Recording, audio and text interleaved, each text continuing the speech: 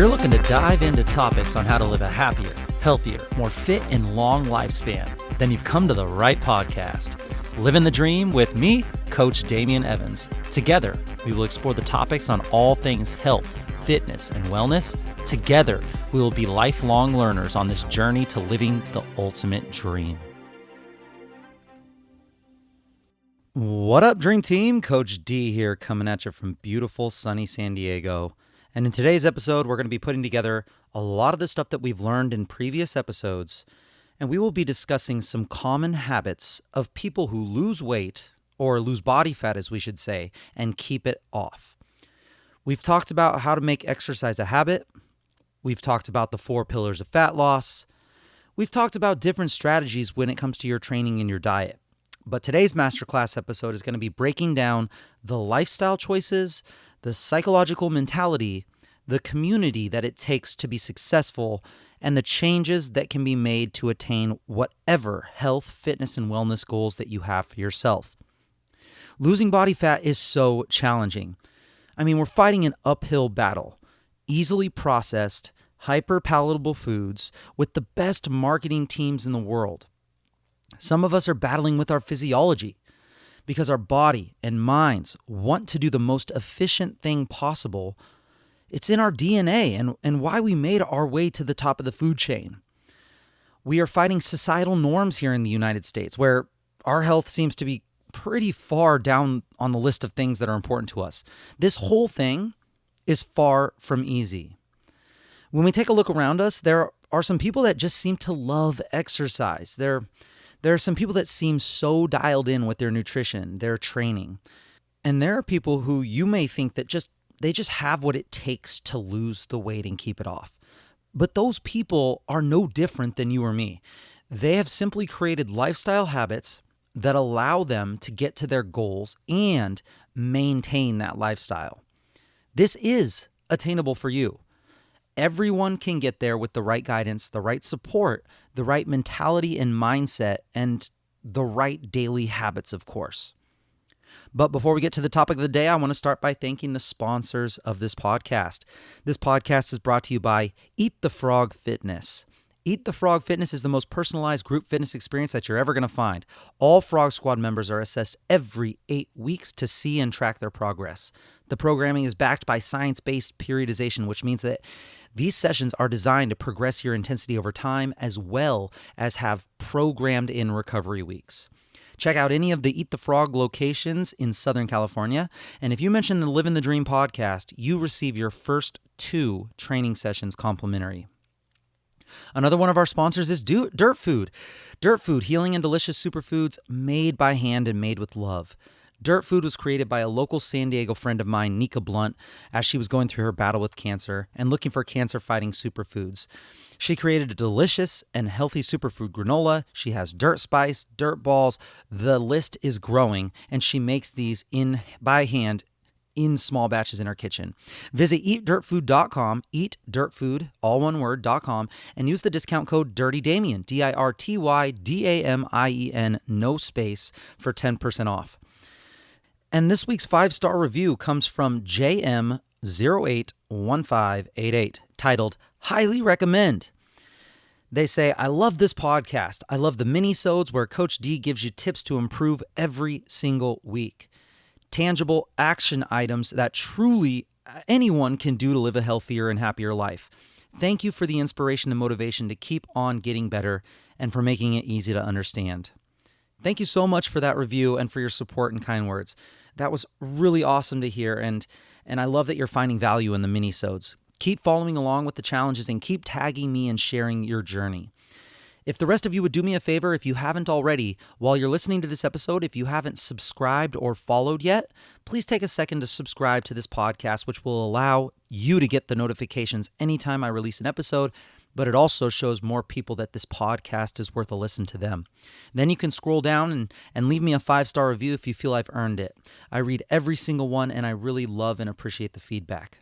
And now on to the topic of the day.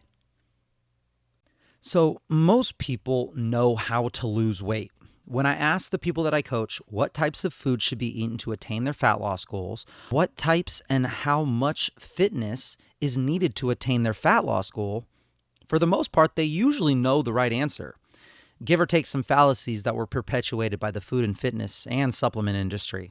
However, even though they know what to do, oftentimes, actually the majority of the time, if they lose weight, they're going to gain it back plus some more. So why, if we know what to do, why is it so challenging? The answer is simple, and it's right in front of us. Unfortunately, the way our current lives are set up, we love comfort. We love the easy fix. We want a pill for everything. And we are extremely satisfied with a dopamine-filled, instant gratification lifestyle. I mean, to some people, that is living the dream. And I mean, who am I to tell them that it's not living their dream? The only issue that we run into with all of that stuff is that if your goal is to live a long and prosperous health span, not just a lifespan, but where your life and your health doesn't take away from the quality of life that you live, especially in your later years, well then, this style of living where you eat as much as we want, when we want, of the tastiest, most satisfying foods in the world, while watching hours of screen time without even moving a muscle for hours on end, while binging on high dopamine-filled activities into the wee hours of the night and getting no sleep, just to wake up and battle a stress-filled life of work, family, and social networking. Well, yeah, it's no wonder we see the struggles of chronic disease start to creep into our worlds, only to completely take over and affect our quality of living in almost every aspect. Well, in my opinion, it doesn't have to be that way. We can live a life of fun and balance and still be the healthiest, most fulfilled humans that chase our dreams and build communities of people that match. It is possible. Unhealthy people are easily agitated. They're not looking out for others because they have other things to worry about. When you feel bad, you're just not at your best. But when you're healthy, you're happier more often. You tend to spread joy to the people around you. You tend to have more energy to do more and give more to the people around you. You're more rational, and you're able to engage in conflict and confrontation in a way that is more productive and reasonable. Those things tend to happen far less, let's say, when you're in a state of pain, or if you're sick, or you're fatigued, or you're depressed. So selfishly, we should want to work on our health and then help others around us work on their health so that our communities and our lives are filled with more of that balanced and positive energy. So today we're going to go through some common habits and traits of people that I see in clients and friends and those in the group fitness space that I coach. We're going to go through some things that those types of people do on a consistent daily basis that helps them lose body fat and keep it off. One of my favorite quotes that I use all the time to motivate people is, oftentimes we overestimate the difficulty of what it's going to take to be a healthy, happy person, but we underestimate how long it's going to take to get there. So I'm going to say that again. We overestimate the difficulty, and then we underestimate how long it's going to take to get there. This type of stuff is really, really simple usually. It's not super complicated. I know that health, fitness, nutrition, all that stuff, it can get really complicated, but if we just dial this all the way down, it's not that complicated. If you know how to manipulate your own behavior changes, it really can be the most simple thing in the world. But it does take time, way more time than you actually think, and way more time than our instant gratification lifestyle really wants to hear. But if you can start small and you can start slow and just create one habit at a time, and once that is made, move on to the next, the compounding interest of those small daily lifestyle changes will be massive in the long run.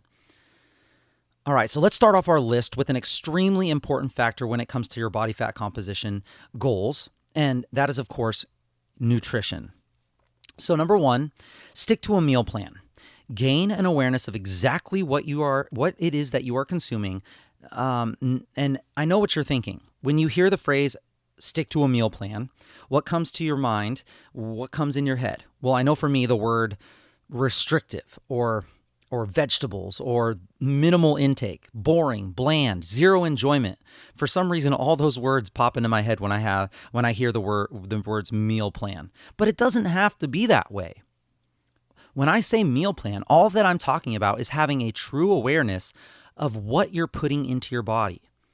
Think of it as if you had a GPS roadmap that you can just generally follow and stay compliant to, especially when the times of year roll around where it's easy to just overindulge in a calorie surplus for long periods at a time. So like holidays, summer, parties, things of that nature. But the beautiful thing about having a GPS roadmap is that when you do from time to time take the wrong turn or just go off course, you have the ability with the GPS to reroute. You can reroute and get back on track. But that's only if you have a plan. So what I'm recommending is finding a way of eating that is something you can stay consistent with, especially when times get crazy, all while allowing yourself to enjoy the other buckets of health that come with socializing and spiritual celebration and whatever else that you want to be able to participate in. That's in order for you to live the dream life that you desire, right? This isn't a diet. This isn't cutting out a full macronutrient like no carbs or no fats. This isn't telling yourself that you can't have something, because we all know that what that does to our cravings. When we say that we can't have chocolate, what's the one thing that we want after every single meal? I want all the sweets. Just if you restrict yourself, you're going to want it that much more. This is about finding that place where you can have a flexible meal plan that ensures you obtain all of your macro and your micronutrients that you need. And that includes foods that you may not entirely, match your fitness and health goals, but are just foods that increase your quality of life in other ways. So this is about finding something that you can easily manage for the long term. That once you've gotten it down, you can clear your headspace of any worries and struggles and just eat the right way for your health and happiness, and clear up some of that brain space for other things in your life, like work and family and friends, creativity, philanthropy, community. When you don't have to worry about the foods you eat, you can use that time for other things. I don't know about you, but that sounds like an amazing dream to live, if you ask me. Now, if you're someone that wants to get really exact and you're like a numbers person, then if I was you, what I would do is, when it comes to creating a meal plan, is I would figure out how much food it takes for you to consume to maintain your weight where you are. Or you could measure your body fat percentage if you have some way of measuring that. But once you figure out how many calories you're eating to just maintain, then you can figure out how much you would need to eat to consume to increase your size or to decrease your size, depending on what your goal is. So we're going to do this by figuring out your BMR. We've talked about this a lot, your basal metabolic rate. If you were in a coma, this is the amount of calories that you would use to keep your bodily functions alive and working well. There are BMR calculators online that can give you a general idea, or you could do something like an in-body scan to get a little more accurate. Or even more accurate with something like a DEXA scan or a VO2 max test, where you're hooked up to a machine that measures the oxygen consumed and the carbon dioxide exhaled as you perform a physical test, which, these are all amazing ways to get an idea of the amount of calories it takes to keep you alive and at rest, but they're a little harder to find. My recommendation is to start pretty easy, pretty simple. Either do an in-body scan or just track your calories and give yourself opportunities to weigh yourself every day and just see if the average amount of calories you're eating through that week is on average making you gain or lose weight. Like, we don't want to use a scale all the time for that kind of purposes, but being able to use the scale to be able to kind of track this type of thing is definitely important. And once you get your BMR, you could then use an app like MyFitnessPal, or there's another app that you can pay for that's a little bit more advanced. It's called the Carbon Coach app. Kind of cool. It tracks your food and your macronutrients and your calories and all that stuff. But MyFitnessPal is free, and you can do that as well, just basic level. Slowly start to manipulate your calories in and your calories out to get to your goal. Now, I would consider this a more advanced way of tracking, and it's going to take a long time because you have to figure out your averages, right? It's going to take weeks for you to get your average baseline just for maintenance. And then you're going to have to play a little bit with your calorie deficit or your calorie surplus. But we all know that starting simple is usually the best route to take. So if you're not a numbers person and you're not there yet, the strategy that I just talked about, it has a lot of components and it's going to take a lot of education, and it also takes a lot of discipline, which is definitely tough without the guidance of a coach. So my simple start tip is this. Rather than taking foods away right now, start instead to add foods in. Add in foods that will move you closer to your fitness goals. So what do I mean by that? So if you need to up your vegetable intake, then you would, instead of saying, I can't have this bag of chips, instead say every day, you can eat however you want, but as long as you get your 4 cups of vegetables in, or whatever cup amount you think is attainable to you at this point in time. You may find that increase in vegetables, it fulfills your micronutrient needs, which has been shown to decrease the intensity of cravings, all while being super filling and leaving less room for the other stuff that isn't really beneficial towards your goal. You didn't say that you can't have it. You just added something in that may one day be able to substitute for the other vices. If your goal is to hit let's say a certain protein goal, say you can have whatever sugary, sweet, or salty snacks that you want, but only after you have consumed your protein goal. So you have to be strict with your foods all the way up until you hit that protein goal, and then boom, whatever you need to eat, go ahead and eat that. And that's just to start. This is one of the most basic ways to start your meal plan journey. Once you make that a habit, you can start to add and compound new habits. Maybe you decide that you won't drink any liquid calories until you've reached your water intake goal for the day. Then when you feel like you're ready for the next level, the next step is to up your awareness of how many calories you're eating on an average weekday and an average weekend day, because most of us definitely eat differently on the weekends as compared to the weekdays. So use MyFitnessPal, use something like that, and start to track every single thing that you put in your mouth. This is going to be super annoying and challenging for the first couple weeks, especially if you cook a lot of at-home meals, because the more that you cook at home, the more you have to put each of those individual ingredients in one at a time, but you can save meals. So the more you do it, the easier it becomes. We know that we shouldn't eat out either. So definitely at-home meals are going to be better, harder to input into MyFitnessPal. But when you're doing this, try to eat out as little amount as possible. But once you have these recipes and frequent meals saved, it just becomes super efficient. Now, when I say track your calories, I know it can be daunting, but it doesn't have to be 100% exact. We've discussed how the calories on food labels, they're a little suspect, right? And how if you're not actually weighing your food, our guesstimates can be off. They're just not going to be that super accurate. But what we're really trying to do is have an awareness, just stopping what you're doing, not mindlessly shoving food into our mouths without thinking, which all of us do. We can get a general idea of what's going on. We may not have realized that the salad dressing adds double the calories to our salad, or the oils that we use to cook have been boosting secret extra calories that we had no idea about. That when we eat those 10 handfuls of nuts, we're probably eating like half of our daily BMR just straight up in nuts, which is, it's not a bad thing. It's just something that you have to be aware of, because had you eaten a ton of calories that you may consider healthy, but you're sedentary, even just one small French fry from your favorite fast food joint, that could be the one thing that slowly increases your waistline and bumps you into that calorie surplus, even though you think you're eating only just one little tiny treat. In the end, though, you can't gain weight if you eat less than you expend. You can't lose weight if you eat more than you work off. It's just the law of conservation of mass. So how do we use this law in our favor? By having a general idea of what we're putting into our body. And just to start off, just start by making tracking what you put into your mouth a habit. Even if it's just starting off by taking a picture of your food. I know a lot of clients that are unable to track all the calories at this point because it's just too daunting, I have them just take a picture of the food and keep it in either a folder or a notes pad, or they send it to me in a text message thread. Just having that picture so that they can go back and reference when they need to make any adjustments. That could be huge.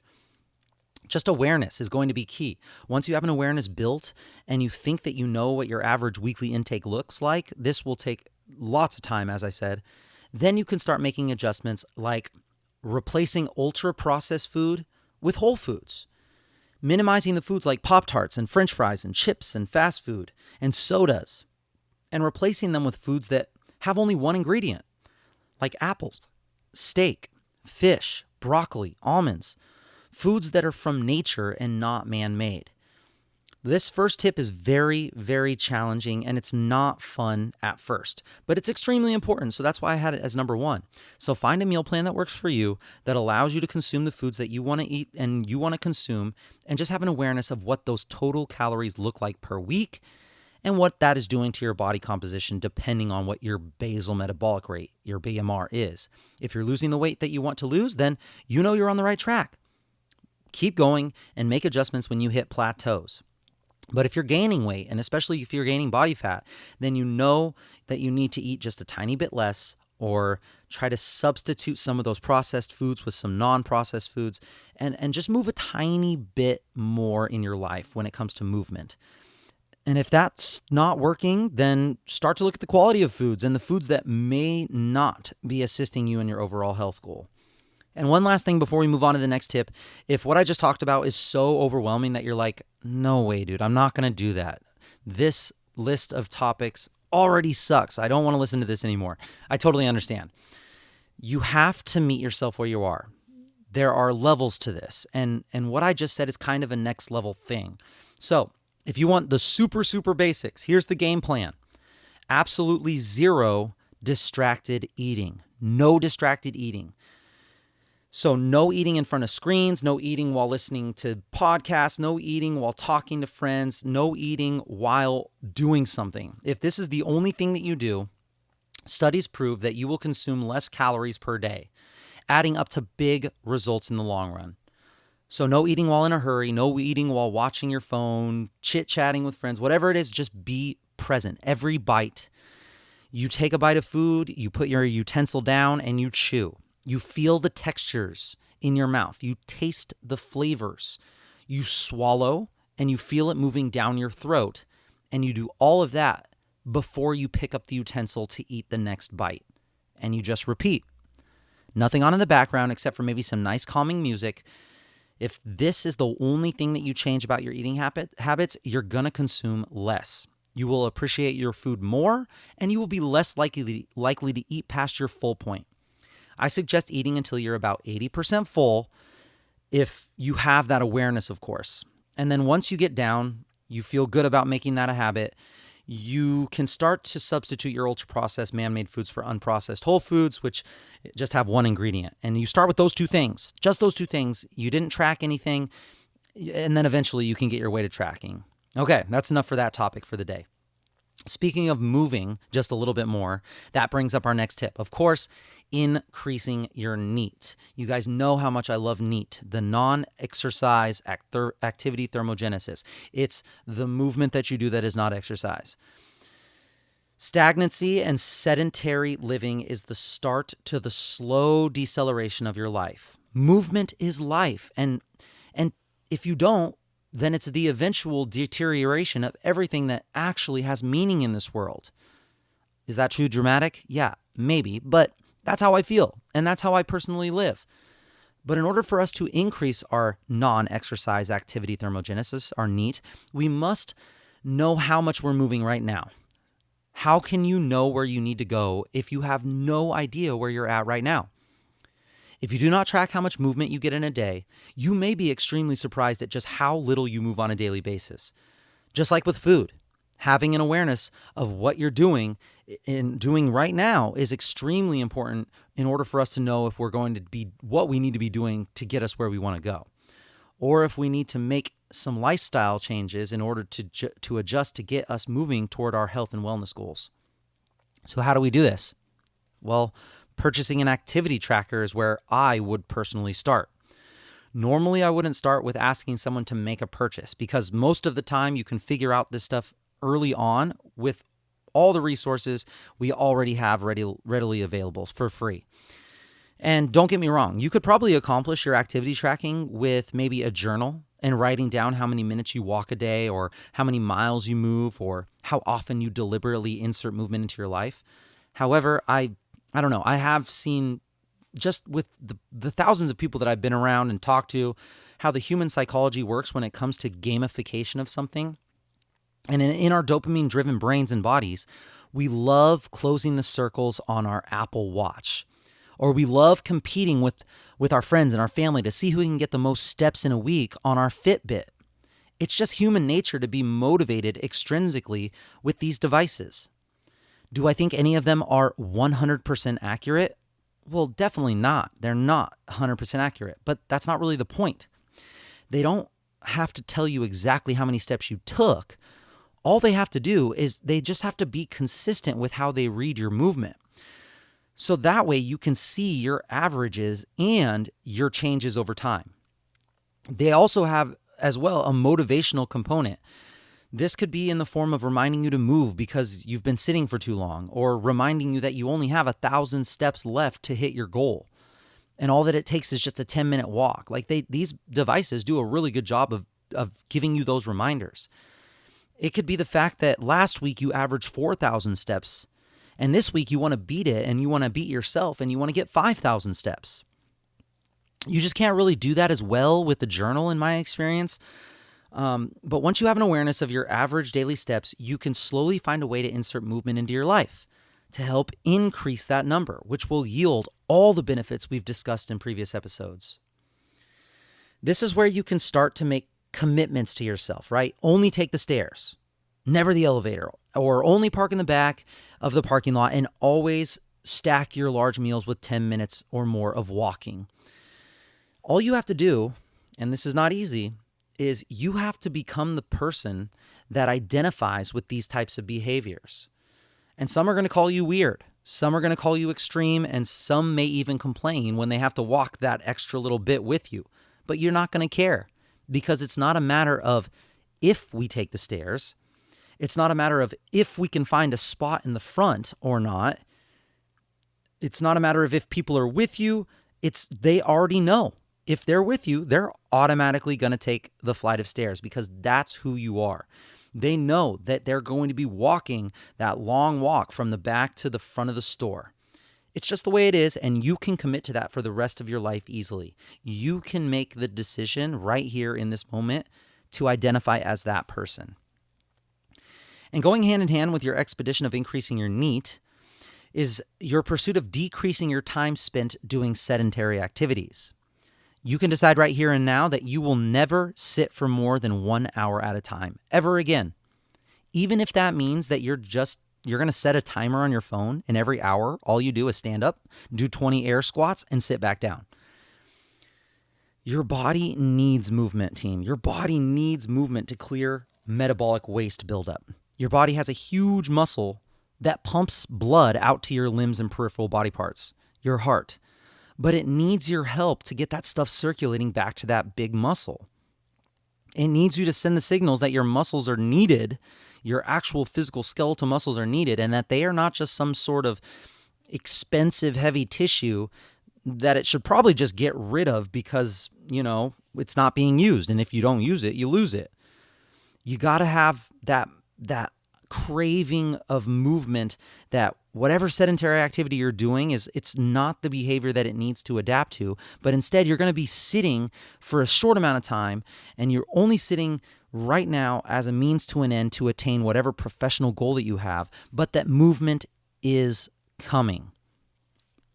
You can keep a nice elastic band at your desk and wake up those back muscles with some band pull-apart exercises on the hour every hour. You can create a culture at work that movement isn't just for weirdos.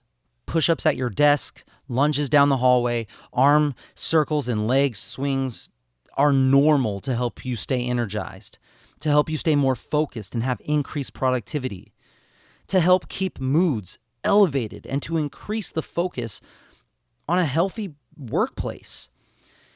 This is creating a culture that everyone wants to be a part of, and you can be the person to do that. You can be the person that makes the culture change. You can be the person that changes your coworkers and your friends' perspectives when it comes to this topic. And you can change your identity to being the person who cares about your movement and those around you and their movement. And it's not hard.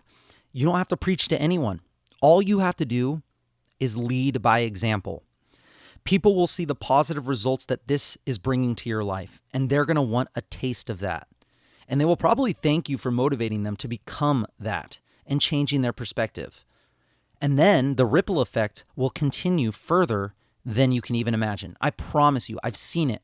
I've seen it happen so many times. And with your increased daily movement, you will now have a larger daily caloric burn, allowing you to have more flexibility when you do have those special events or holidays or wherever the calorie intake is going to be increased. People think that they have to eat less and move more to be where they want to be. But really, what we're chasing is moving more and eating more. Eating more of the good quality foods that enhance our quality of life and our overall health span. So we have sticking to a meal plan for awareness. We have sticking to a movement plan for awareness. Once you are aware of those two things and what the averages are for you, you can check your body composition results every once in a while through tracking your weight on a scale. Yes, that's a metric that we can use, or tracking your body fat percentage, which I definitely recommend. If you have the opportunity to use an in-body scan, do it every 2 weeks, every 3 weeks. Or you can find a hydrostatic truck and do a little dunk tank if there's one in your area.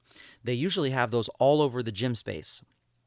And if that is just too expensive, measure your inches on your body, on your special areas. Maybe it's your waist, your hips, your butt, your arms, your calves, quads, whatever that is. And then take photos. Take photos and just have these photos for you. You're going to be able to see if your calories in and your calories out equation is making you gain or lose weight or body fat. Or if you're in a maintenance. Once you figure all that out, and this is going to take time, and it's a lot of trial and error, and you're going to go the wrong way sometimes, and that's just how it is, then you can slowly adjust both of these metrics, movement and food, and I mean slowly, maybe decreasing your average calories by 100 and increasing your average expenditure by maybe 1,000 steps or 100 calories or something like that. And once you start seeing results in the direction that you want to be traveling, then maintain that daily lifestyle until you need to make adjustments or until you plateau. All that you have to know is awareness is key. Awareness is the key. Moving on to a nice tangible habit here. If you're going to snack on protein, veggies, or fruit. Proteins and veggies are highly satiable foods that fill you up and are a little more challenging to overconsume. You could eat a whole bag of potato chips, but it's really hard to eat more than just 1 or 2 chicken breasts or more than 1 cup of broccoli. The less you snack, the better you're going to do at not over consuming calories. The old myth that you have to eat every 2 hours is it's great for bodybuilders that are looking to pack on muscle. And if you're doing some sort of gain or growth phase, then yes, it's helpful. And it keeps your body in an anabolic state or a building state. But however, if your goal is fat loss or you trying to make yourself a little bit smaller when it comes to body fat, excess snacking can be your enemy here. So when you snack less and you give more time in between your big meals, this also gives you a digestion break. For more on this, listen to the episode we did on intermittent fasting, where we did a little deeper dive into the benefits of extending your fasting window and what it does to help with your digestive system. Also, if you think about it, if you're trying to track how many calories you're eating, in order for you to have an awareness of the amount of food that you're eating, small snacks throughout the day they're just super hard to track. And the amount of just a handful of nuts, who knows? And if you do 1 handful or 2 handfuls, really how much do you think you ate? And how much did you actually eat? There's going to be a larger chance that you'll be way off with your estimates as your snacking frequency increases. So avoid those snacks unless you absolutely have to. And when you do need a snack to satisfy those hunger cravings, because we definitely don't want to be hungry, the hunger sensation is going to have bad effects on what the hormones are doing in your body. So To satisfy any hunger cravings, snack on high protein foods like lean meats, jerky. I also like nuts, nut butter, string cheese, even though they have higher fat contents. Those items work really well for me. Snack on veggies and be aware of high calorie dressings or dipping sauces or oils or whatever it is that you add to it. Or you can get some fruits in. I recommend any types of berries or low sugar dried fruit. I personally, I'm obsessed with dried mangoes. I have them all the time, every day. They're like one of my favorite snacks. I recommend eating your fruit around your physical activity before or after your training sessions is when I would have my clients, and that's when I would suggest doing it to have the most success. So I recommend eating your food around your physical activity. Number 4, do not drink your calories. And we kind of already went over this in the first habit topic, but I think it deserves its own little mention here. There are many reasons for this. First off, when I have someone that is a hard gainer, they have a really hard time gaining weight. And yes, there are people like that. And yes, it's just as difficult for them to gain weight as it is for the other people to lose weight. It's just a different battle, a different obstacle, a different challenge. One of the first recommendations that I give to those types of people who have a hard time gaining weight is to drink more of their calories. Protein shakes, blended meals, fruit smoothies, all that kind of stuff. We give them that recommendation for the same reason I'm telling you now to avoid drinking your calories. It takes calories to burn certain foods, right? The more you liquefy your foods, the lower amount of calories your body is asked to use to digest those certain foods. And while this may not be a huge number, it definitely can add up over time. It's called the thermic effect of food. And it can make up to 10 to 15% of your total daily energy expenditure, especially the higher protein foods that you consume. So the protein foods that you eat take more energy to consume and to digest than, let's say, the carbs or the fats. So if you drink your calories, you are lessening the thermic effect of food, the TEF, and you're not doing yourself any favors towards burning off excess calories that you need to be burned for fat loss. And you also lose fiber in those foods. The foods that you juice or blend or however you choose to consume it, you lose fiber. Some people say you are what you eat, but really we should say you are what you digest and metabolize. Your body cannot digest fiber, so that food isn't added to your daily caloric intake because it stays within the tube that is your digestive system, and it never really gets fully metabolized and used as energy or stored as fat. So when you lose the fiber by blending or juicing, you actually are allowing the body to metabolize more of the calories, which is, if it's good food, that's great. But it's not really what you want if you're looking to minimize your calorie storage. And when you drink calories, it's way easier to overconsume. Think about when you make a smoothie. Think about you put an apple, a banana, a handful of strawberries, some juice, a glass of water, or whatever else you put into a blender to make a smoothie out of. It's much easier to just chug all of that in liquid form than to eat each of those pieces of food individually. Your stomach will send you a cue that you are full much faster with the whole foods than had you consumed them in liquid form. And lastly on this topic, drinking your calories tends to end up making you drink way less water than had you focused on eating whole foods and then deciding that the only liquid that you're going to be consuming, that being water. And we all know how much I believe that water is going to be one of the largest factors towards your success of hitting your fat loss goals. So drink mainly water, definitely not soda. And I also say diet soda, but that hasn't really been proven scientifically and it's not supported yet by science. So you can do that if you want, but I say don't do it. Reduce your alcohol consumption if you're not getting your goals. Do your best to consume minimal to no liquid calories, and you should notice huge results from this. Another huge habit of people who lose body fat and keep it off, number 5, minimize the foods that you eat with food labels.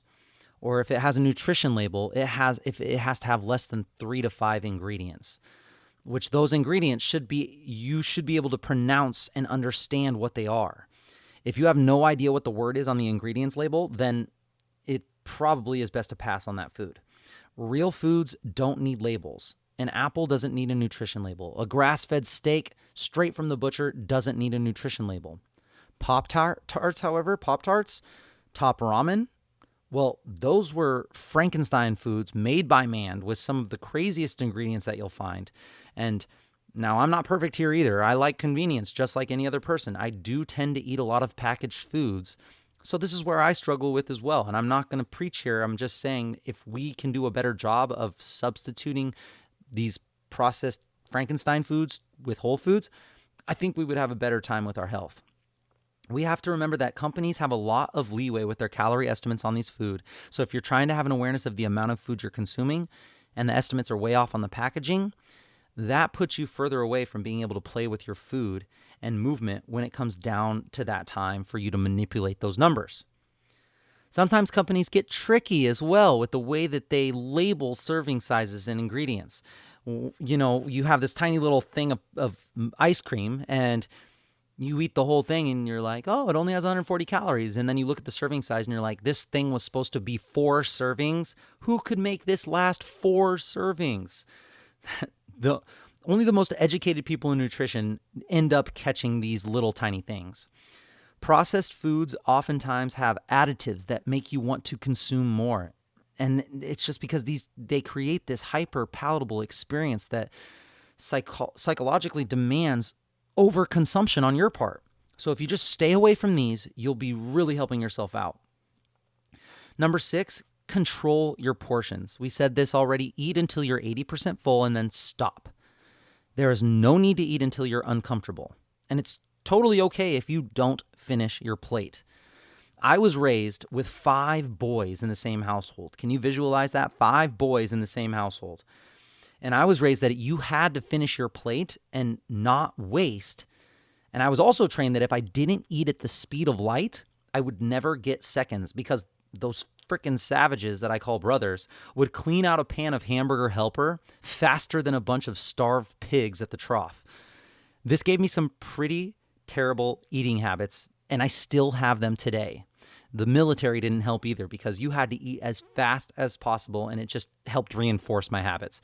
Luckily, I am one of those hard gainers, so it actually works a little bit in my favor sometimes. But for someone looking for fat loss, eat until you're 80% full, stop, wait, drink some water, and then if you're still hungry in 20 minutes, you can eat some of the rest of your food or just save it for the next meal. I would recommend eating your veggies and your proteins first, and then the rest can follow. And this is kind of strange. I actually prefer to eat all of my foods in order, and I like to eat them all before I move on to the next. Now, before you call me a weirdo, which I totally accept it if you do, it's just always really worked for me. Yes, I'm 5, and I don't like to mix my foods, so that's the way it is. But I'll eat my veggies first, and I used to do this because I wanted to get them out of the way so I could enjoy the rest of my meal. But now I know that it definitely has some health benefits. But I eat the veggies first, and then I can go on and I can enjoy my meat. Then after I get my meat down, I'll move on to the other things, whatever else I have on there. If it's rice or bread or whatever else the meal consists of. And usually I won't eat all of that because I'm full from the veggies and the meat. But I eat one thing at a time. People make fun of me all the time for it, but it's just how I like eating, and it really works for me. And I have this crazy idea that your body can digest things more easily if they are grouped together. Is this stupid? It's probably stupid, and it doesn't make sense because it all gets mixed up in your stomach. But just let me live my life here. This is how I feel, and I digress. So moving on, we live in this huge portion offering society. So it's going to be up to you to study what the actual serving is when you go out to eat, and just be super aware that when you get that full at that certain point, you got to stop. A really good strategy that some of my clients have used when they go out is what they do is they order a meal and they take half of their meal and they just get it in a to-go box right away before they even get it. They say, hey, can I get half of my meal in a to-go box? Eat the first half and then leave the second half and take it home. And that turns one meal into 2. Moving on, number 7, take simple, easy, small action rather than depending on motivation and wait until you're ready to go. So take small action and just do it now rather than depending on your motivation and waiting until you're really ready. Going out and buying a bunch of workout equipment, buying the newest gear, the newest juice cleanse, waiting to have the perfect playlist, all of these are just empty fillers that are putting off the actual action of just getting out there and training. Just because you've liked a photo on Instagram doesn't mean that you've taken action to change your own life. And you don't have to worry about having the newest shoes or the newest shorts or the newest moisture wicking fabric. Just get out there and start moving. Start creating your habits. And then when you have those habits stick, that's when you can invest in those extra items as rewards for your hard work. Start small. Make something really small a habit. Even if it seems so trivial, just do it and then compound that over time with other small things. Then if you're ready to really make a change, invest in a professional, a nutritionist, a personal trainer, or a group fitness membership that focuses on community first. Make sure you have a professional checking off that you're on the right track and helping guide you. And to be honest, really to start your journey, this is going to be really important. It could even be a game changer for you. I do recommend getting a professional to first start your journey. It is an investment, and maybe you just want to do a couple of things on your own first, but the longer you go into that journey, the more likely it is that you'll go off the wrong track. You're doing too much too early. You might be getting diminishing returns. So yes, invest in a professional, and near the start of your journey would be mostly recommended. I also recommend getting a tracker. So activity tracker. I use the Oura ring, O-U-R-A ring. It's the easiest tracker that you can have. You wear it all the time. You never take it off. You charge it 1 hour a week. The Fitbit, I just would take it off and I would forget to put it on. Like when I showered or when I slept, I didn't like sleeping with something on my wrist. So if that doesn't bother you, get anything, a Fitbit, a body bug. Just get your steps tracked. But if you do want to get an Oura, let me know. I can get you a discount code for $30 off of an Oura ring.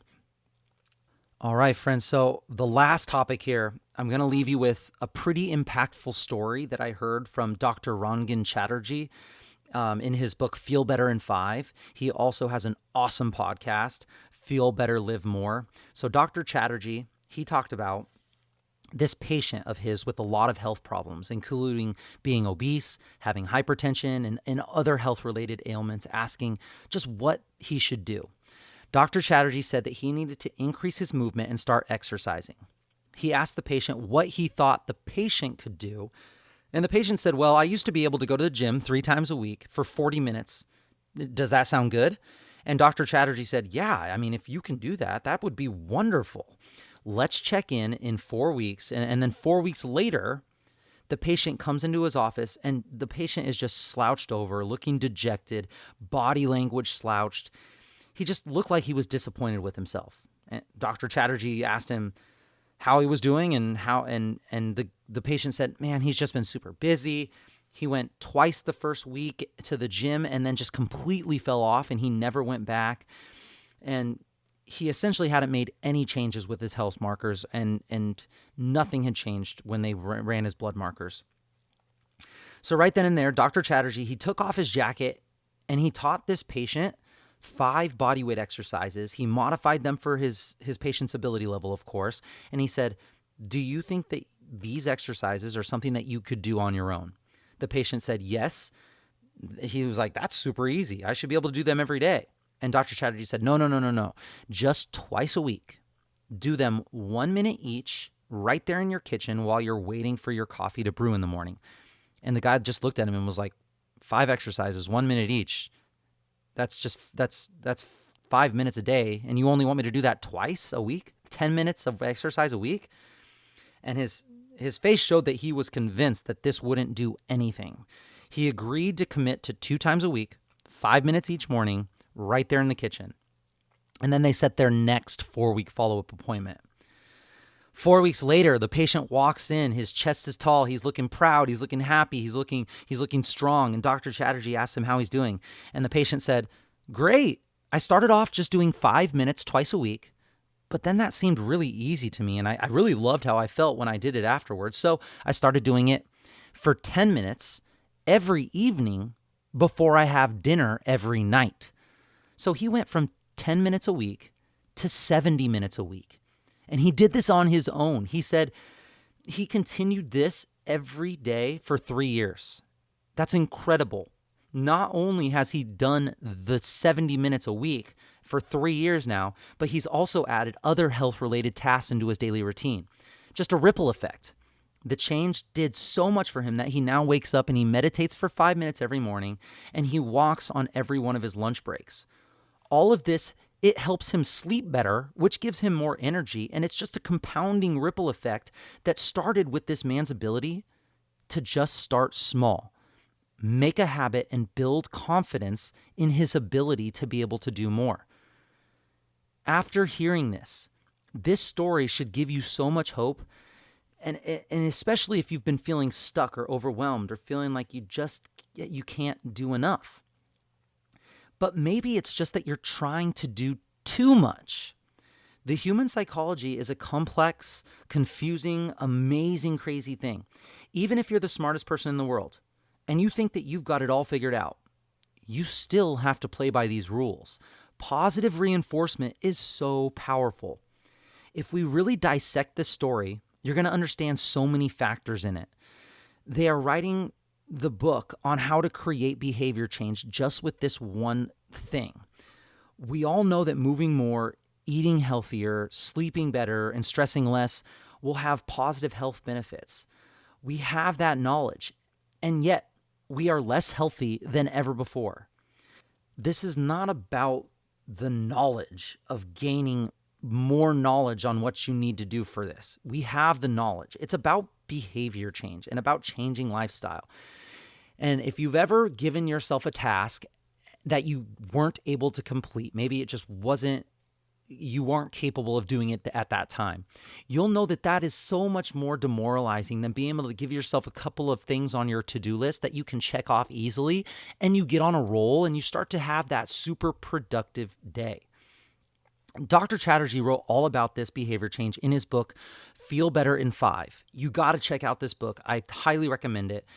Feel Better in 5, and he came up with 6 rules. I'm going to give you a couple of them here. Number 1, make it easy. Let's shift from health to business. Okay, so from health to business, we're going to shift it. A lot of people understand business a little bit more than health. Think about Amazon. About 5 years ago, Amazon shifted their buying process to one-click buying processes. One click to purchase what you want. When they did this, their profits skyrocketed $300 million a year in revenue. It used to be a 4 or 5 step process. You had to select the item, and then you had to go to your cart, and then you had to put in your card details and your shipping details, and then you place your order. And every time you had to do that next step, it was a reason for you to back out of your decision. But now, Amazon has one click, and before you can even think about what you just did, it's on your doorstep the next day with Prime. I mean, that is genius on a business level in so many ways. If you make something easy to do, people are going to do it. Netflix, YouTube, they do the same thing. As soon as a show or a video stops, 5 seconds later, another one is playing, and it's in the same category of something that you're interested in. Are you kidding me? Before you can even think, it's too late, I should probably go to bed, they have you hooked on another episode, and you're like, welp, I guess I'm not going to sleep tonight. I have to see if freaking Jon Snow can mess up the Lannisters. Now, I'm definitely not talking trash on Amazon, Netflix, or YouTube. On the contrary, these are genius businesses, but they just know how to control behavior. Now, how can the fitness industry get someone that is just as smart as these people to figure this out? It hasn't been done yet. It's going to be an absolute game changer. When we can make fitness as easy as binging 5 hours of Netflix, our world is going to change. But you can start with yourself. You don't need to wait for someone to create that kind of life. You can create that for yourself. Everyone thinks that if they're not working super hard when they're exercising, that they're not making any progress.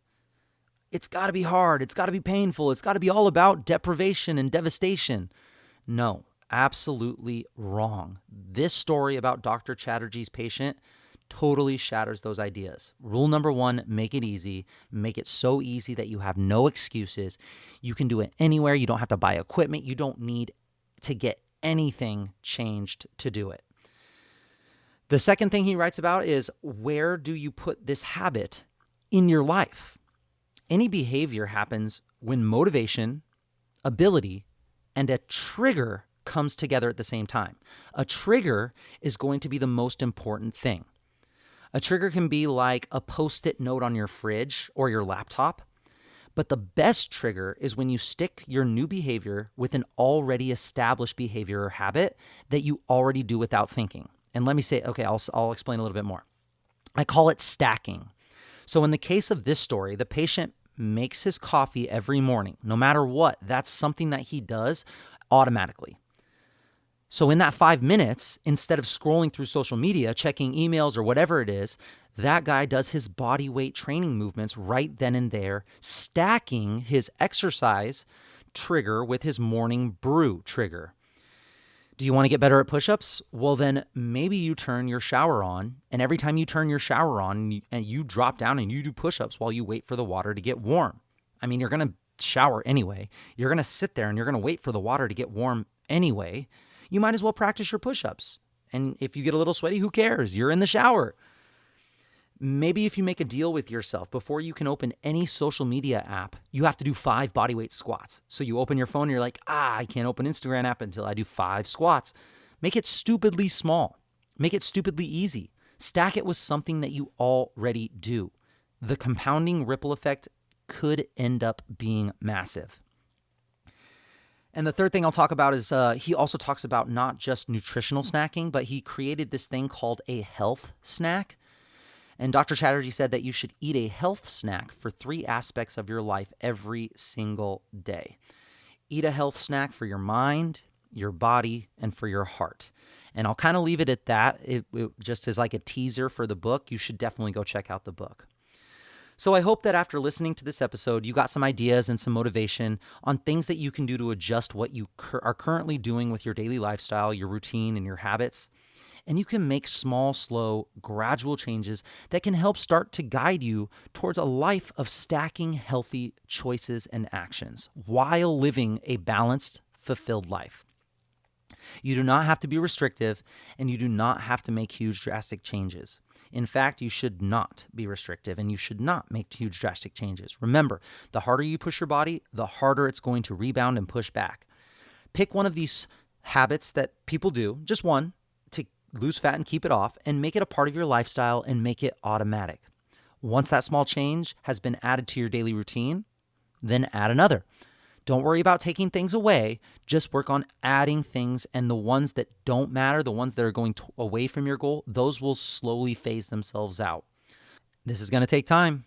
It may take weeks, it may take months, maybe even a year to make something a habit, and it all just depends on what you're trying to do. Just don't rush yourself. We're all at different places, and we all have our strengths, and then we all have the things that we struggle with. Something that may be super easy for me might be extremely challenging for you, and vice versa. Something that you may think is so trivial, it might be my Achilles heel that I may have the hardest time figuring out how to do. And it doesn't mean that it can't be done. It doesn't mean that I should just give up. It means that I found a challenging puzzle that I'm going to use trial and error to figure out. Meet yourself where you're at. Be kind to yourself and look to those who are doing well and doing the thing that you want to do on an expert level, and just learn from them. Someone, somewhere is an expert in the thing that you're struggling with. There's no need to reinvent the wheel, and there's no need to worry about copying someone's work. We need to stand on the shoulders of people who have been there before, and then on the opposite side of the coin, be on the lookout for people who are struggling with the things that you're gifted at, and offer them the guidance that you would want in that position. We're in this together, and it's going to take us working together to make big changes. And it starts with the small changes. I'm here for you. If you need anything, never hesitate to reach out. All right, Dream Team, that's it for today. Please share with me any knowledge, thoughts, or questions you may have on today's topic. I'll make sure to answer and discuss on the next episode. You can ask your questions in the comments section or message me on any of the social media platforms. Also, I would be so thankful if you shared this episode with any of your friends or family that may be able to benefit from today's podcast. I would love it if you could do me a solid and screenshot this podcast and share it on your social media platforms and just write one takeaway, one aha moment that you got from this episode. This will help me know what's really valuable to you, and so I can keep the good information coming. And it also lets your network know if this podcast is worth a listen to them. Thank you so much for listening and learning here with us on the Livin the Dream Podcast. We are so grateful for you being a part of this lifelong learning journey. If you have any topics you'd like to discuss, please let us know in the comments or by messaging me on Instagram at CoachDamien_SD. Be kind to someone today, smile at someone today, and leave every person you come into contact with better than before. Until next time, friends, keep living the dream.